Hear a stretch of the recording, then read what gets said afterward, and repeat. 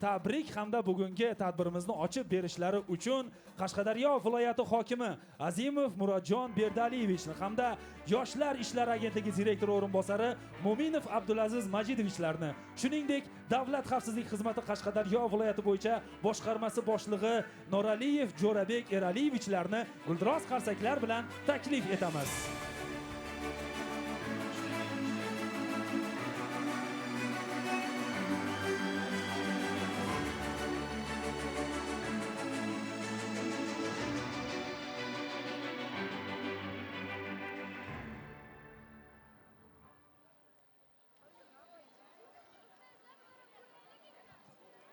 Assalomu alaykum, qadrli yoshlar, hurmatli tadbir ishtirokchilari.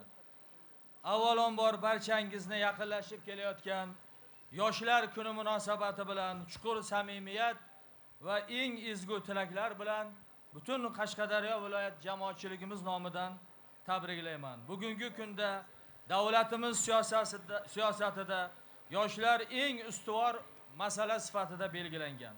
Muhtaram prezidentimiz tomonidan yoshlar tashabbusi, iqtidori, salohiyatini ro'yobga chiqarish borasida barcha sharoitlar yaratib berilyapti. Mahalla darajasida yoshlar bilan ishlovchi mukammal tizim, uni yurgizuvchi moliyaviy mexanizm yaratib berildi. Yoshlar daftari orqali viloyatimizda so'nggi 3 yilda qariyb 65 ming nafar yigit qizlarga 120 milliard so'mlik turli yordamlar ko'rsatildi. Xususan 15 ming nafar talaba yoshlarni shartnoma pullari, 5 ming nafarini davolanish xarajatlari, 2,5 ming nafarini safarbarlik chaqiruv badallari to'lab berildi. Til bilish bo'yicha Sevan sertifikatiga ega bo'lgan 1700 nafar yoshlarni qariyb 30 milliard so'mlik imtihon xarajatlari qoplandi. O'tgan yilning o'zida 29 ming nafar yoshlarga tadbirkorlik, ipoteka, ta'lim yo'nalishida 722 milliard so'mlik kredit berildi. Tadbirkorlik qilish istagidagi 400 nafar yoshlarga aloqa bank tomonidan 50 milliard so'mlik, oliygohlarning 150 nafar bitiruvchilariga Milliy bank tomonidan 6 milliard so'mlik imtiyozli kreditlar ajratildi. Dehqonchilik qilmoqchi bo'lgan 7 mingdan ortiq yoshlarimizga 6 ming gektardan ortiq yerlar ajratib berib, ularga barqaror daromad manbalari yaratib berildi. Vohamizdagi iqtidorli maktab o'quvchilari, oliygoh talabalari uchun viloyat hokimi stipendiyasi ta'sis etildi. Sport, san'at, madaniyat sohasidagi yoshlar uchun maktablar ligasi, iste'dodli yoshlar kabi turli loyihalar yo'lga qo'yildi.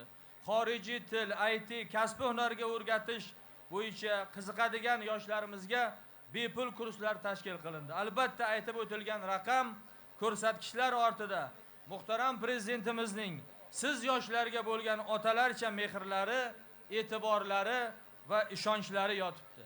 Aziz tadbir qatnashchilari, xabarlaringiz bor. O'tgan haftada muhtaram prezidentimiz viloyatimizga tashriflari davomida yoshlar bilan ishlash bo'yicha ham qator topshiriqlar berdilar. Xususan joriy yilda yoshlar, ayniqsa mehnat bozoriga yangidan kirib kelayotgan bitiruvchilarni band qilish bo'yicha Qashqadaryo tajribasi yaratiladi.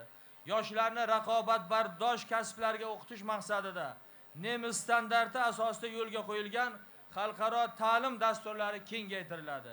Texnikum o'quvchilarining kamida 50% dual ta'limga qamrab olinadi. Yoshlarni xorijiy tillarga o'qitishni ommalashtirish maqsadida chet ellardan jalb qilinadigan malakali o'qituvchilarimiz 2 barobarga oshiriladi.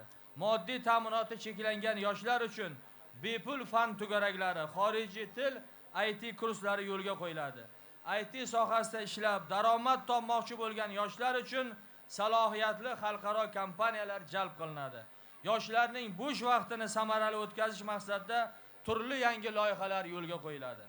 Aziz vohamiz yoshlari, barchamiz sizlarga doim yuksak ishonch, umid bilan qaraymiz.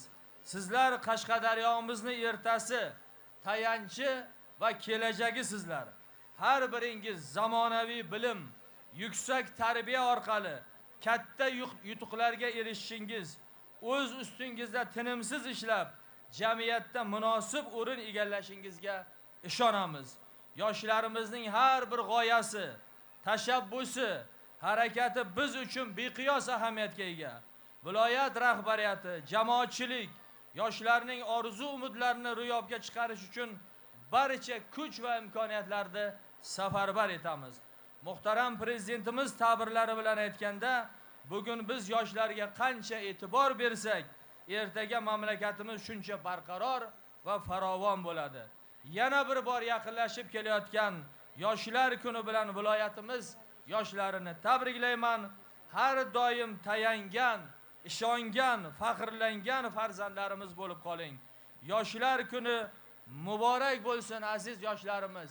Sog' salomat bo'linglar. Rahmat ammalaringizga.